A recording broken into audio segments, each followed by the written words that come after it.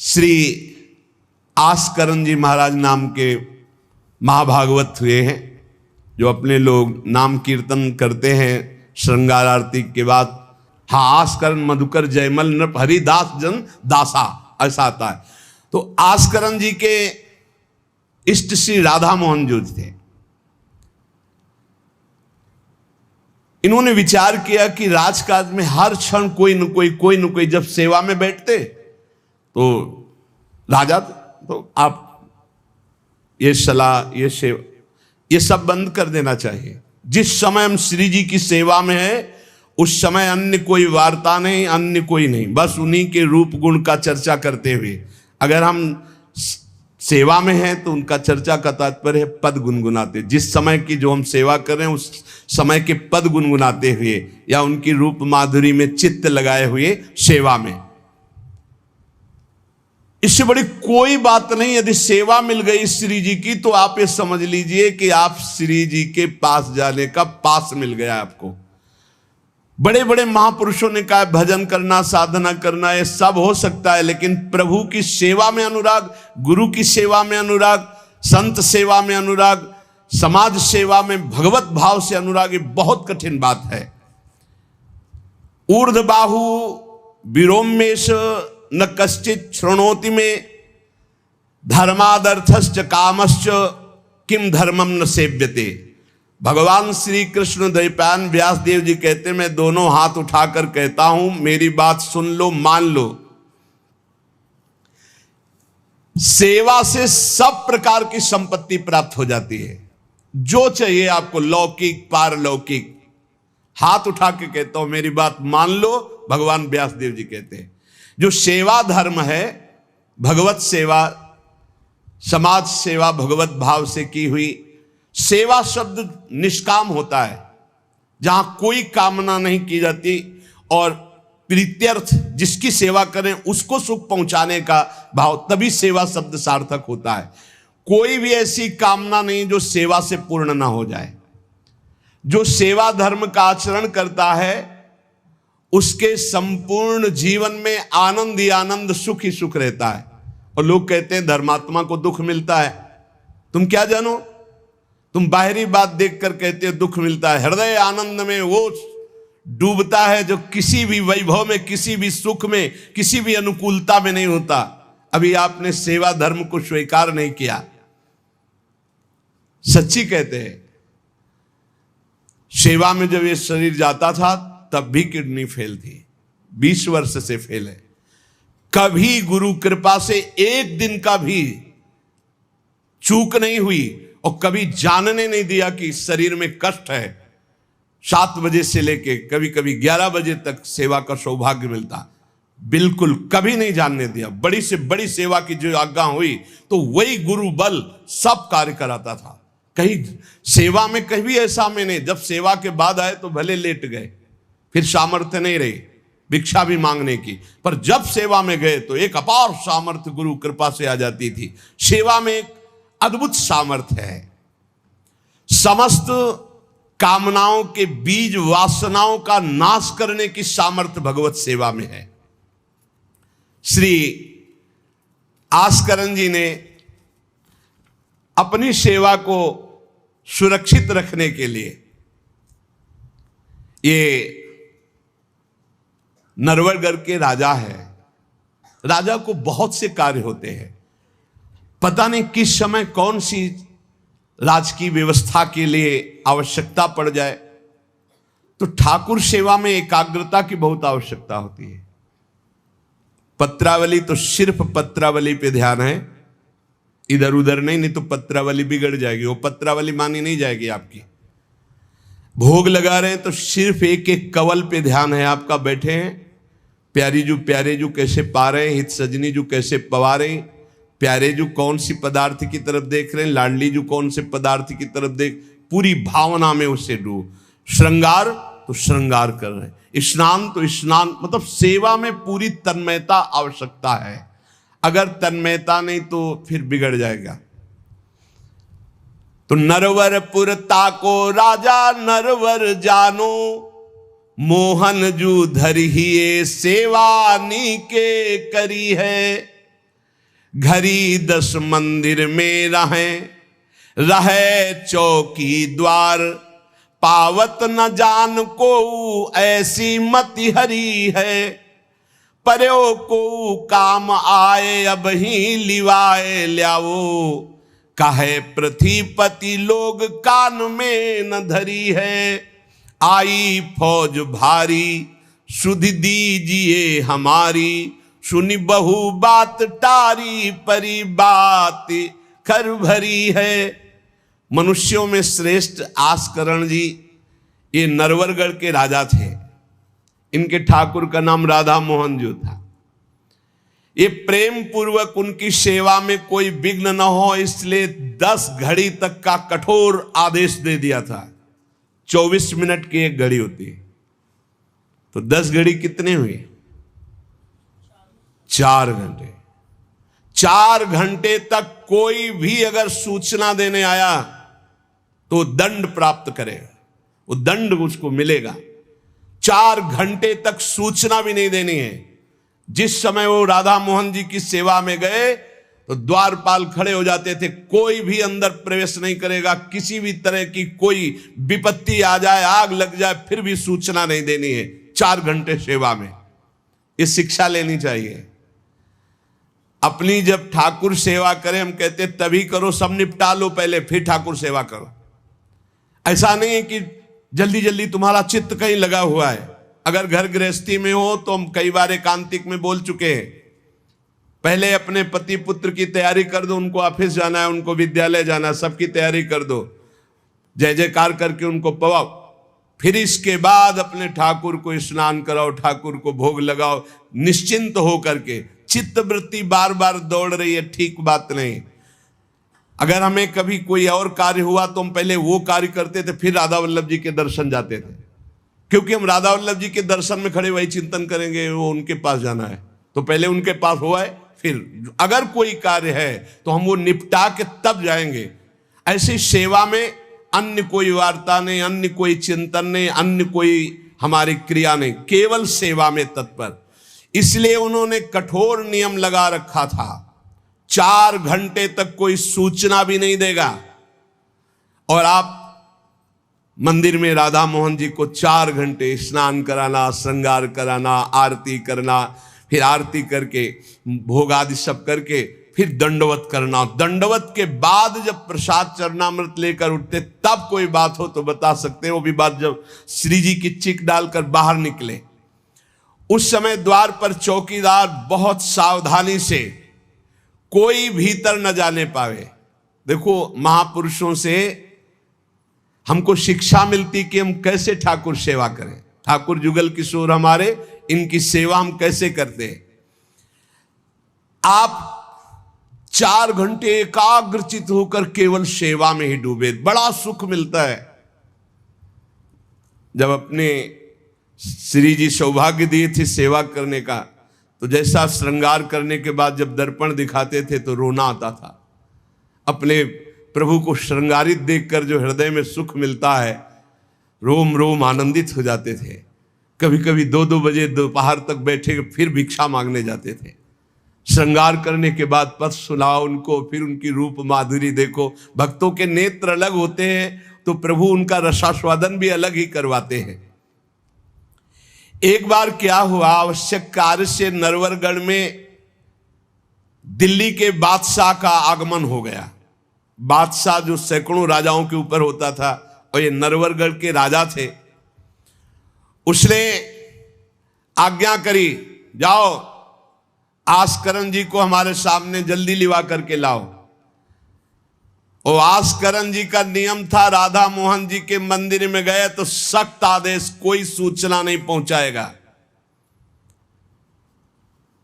सब आस्करण जी के जो रक्षक थे उन्होंने मना कर दिया, नहीं महाराज, ये आपकी सूचना भी नहीं पहुंच सकती, 4 घंटे आ ही नहीं सकते आस्करण जी।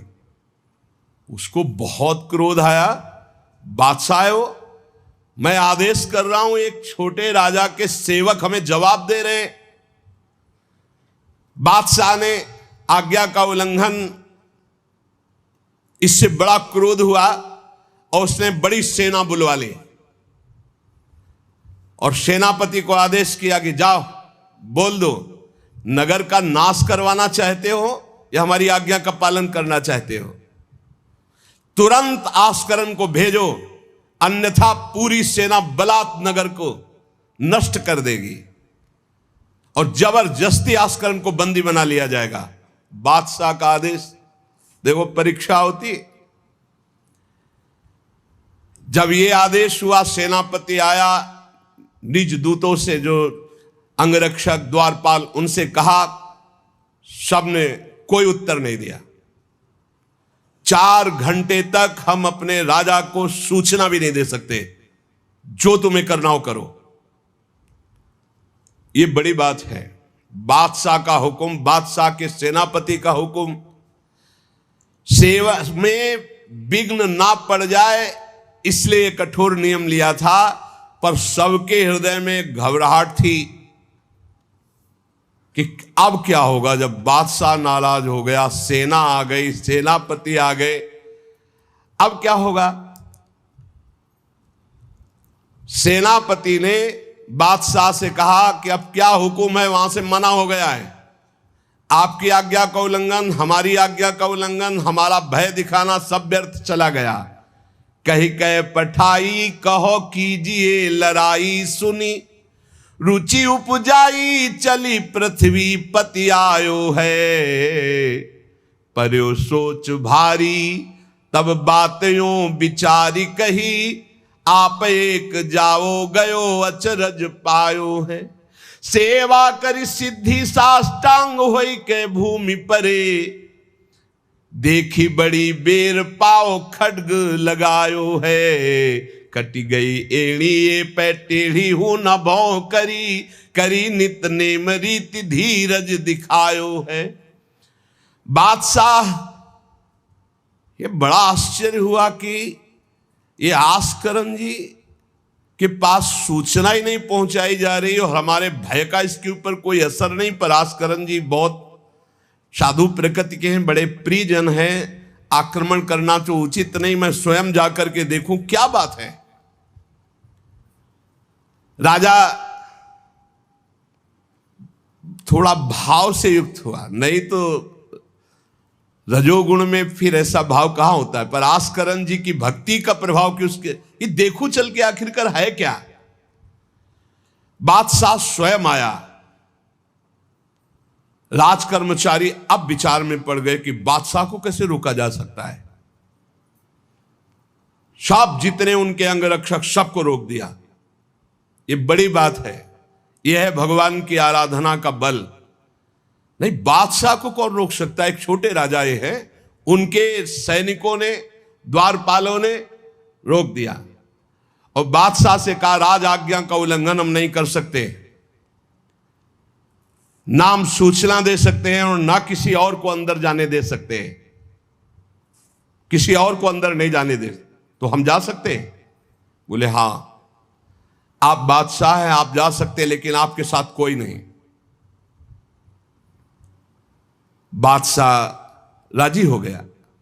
देखे आखिरकार अंदर क्या है।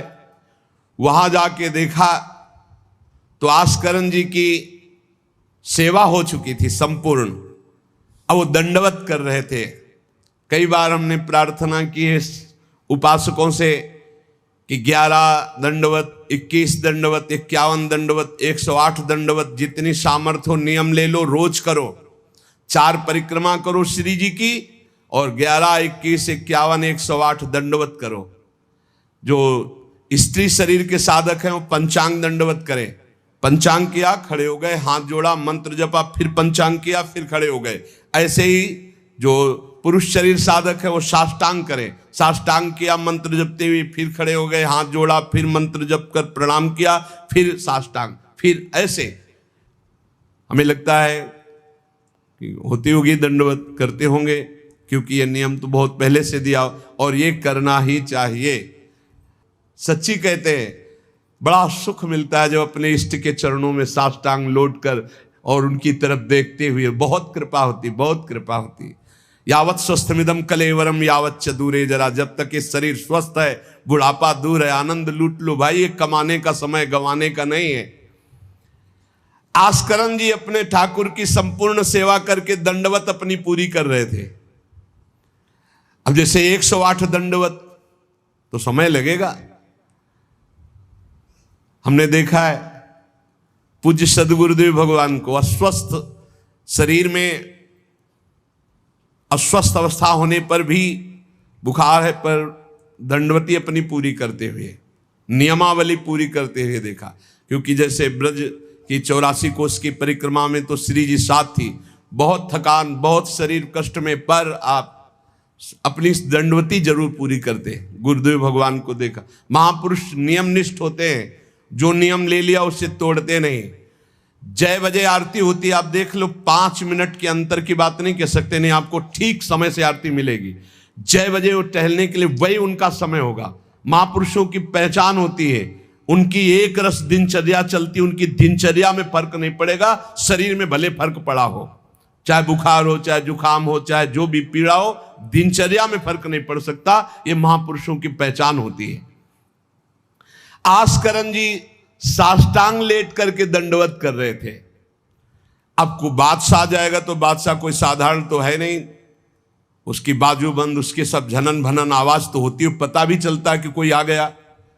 मुड़ करके भी नहीं देखा बादशाह की तरफ, बस बार बार साष्टांग दंडवत, खड़ा खड़ा देखता रहा। 108 दंडवत, 2-4 हो तो बड़ी देर हो गई, ना बादशाह से बात, न सलाम, न कोई, बस वो अपनी साष्टांग दंड। ये होना चाहिए। आप श्रृंगार कर रहे हैं तो श्रृंगार में ही दृष्टि होनी चाहिए। दंडवत कर रहे हैं तो किसी की तरफ नहीं, सिर्फ दंडवत के सामने प्रिया प्रीतम है, हम बार बार दंडवत कर रहे हैं। ये उपासकों की एक एकाग्रता होती है। भला सोचो, बादशाह पास खड़ा है तो ऐसे लेटे लेटे भी तो देख सकते थे, बिल्कुल नहीं देखा। राजा को, बादशाह को बड़ा आवेश आया कि इतनी देर से मैं खड़ा हूं, पहले तो वहीं सब नाना करते रहे, इतनी देर से खड़ा हूं, ना कोई प्रणाम, ना नमस्कार, ना हमारी तरफ देख रहा है, क्या है। तलवार निकाली और साष्टांग दंडवत कर रहे थे तो मारा, एक पैर की एड़ी कट गई, एड़ी कट गई, खून बह रहा है। साष्टांग दंडवत, फिर खड़े, फिर साष्टांग दंडवत, फिर खड़े, फिर साष्टांग दंडवत, बिल्कुल नहीं देख रहे कि एड़ी कट गई। सोचो जरा, ये भक्त की निष्ठा है उपासना की। या तो अगर एक चींटी काटेगी तो थोड़ी देर लौट करके पहले देखेंगे क्या हो रहा है, फिर दंडवत। एड़ी कट गई, लेकिन किसने काटा, ना ये बात देखी। एड़ी कटना कोई साधारण बात समझते हो? तलवार से पूरी एड़ी काट दी, कोई दुख नहीं, रक्तस्राव हो रहा है। अपने नियमानुसार कटी गई एड़ी, ए पे टेढ़ी हूं न भौं करी, ना तो आह निकला ना गुस्साई कि किसने ऐसा कर दिया। करी नित नेम रीति धीरज दिखा, धैर्य पूर्वक 108 दंडवत पूरी की। पूरा जब संपन्न कर लिया, इसके बाद पीछे हटे, चिक गिराई, क्योंकि समझ चुके थे कि ये तलवार चलाने की हमारे ऊपर हिम्मत केवल बादशाह की हो सकती, दूसरे की नहीं। कोई साधारण राजा नहीं, महाभागवत और महाबली है। इसलिए हमारे ठाकुर का सुखपूर्वक अपशयन हो। चिक डाली, उठ चिक डारी तब पाछे सो निहारी, कियो मुजरा बिचारी बादशाह तिरिझे हैं। हित की सच्चाई यह है नेकु ना कचाई होत, चर्चा चलाई भाव सुनि सुनि भीजे हैं।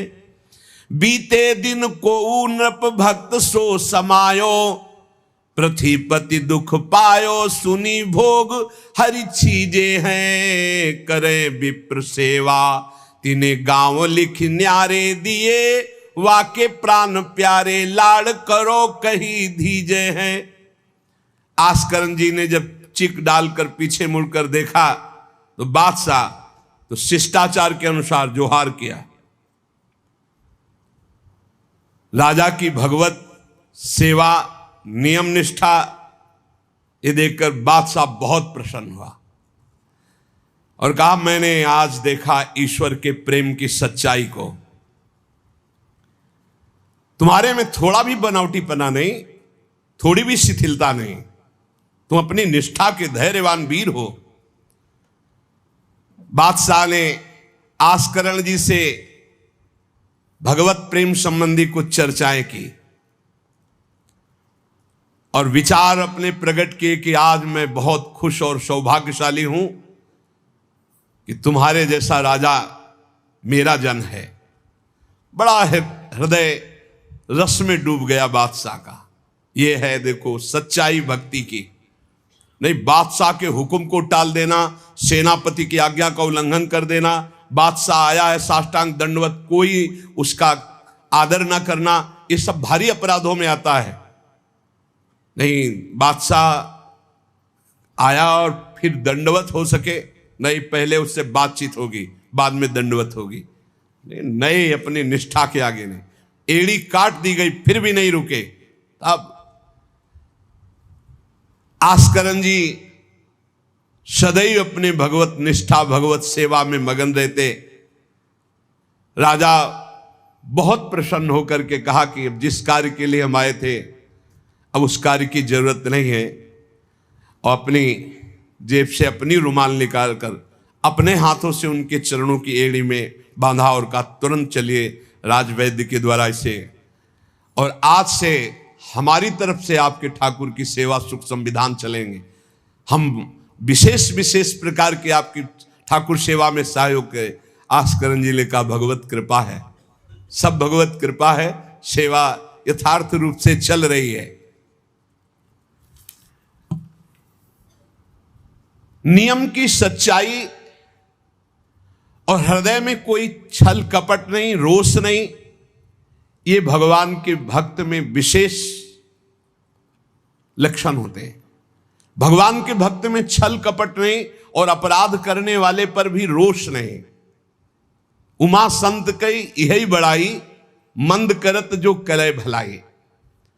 अगर सच्ची आराधना सच्चा प्रेम तो सबको बदलना पड़ेगा। बादशाह का भाव बदल गया, जो आवेश में था क्रोध में था।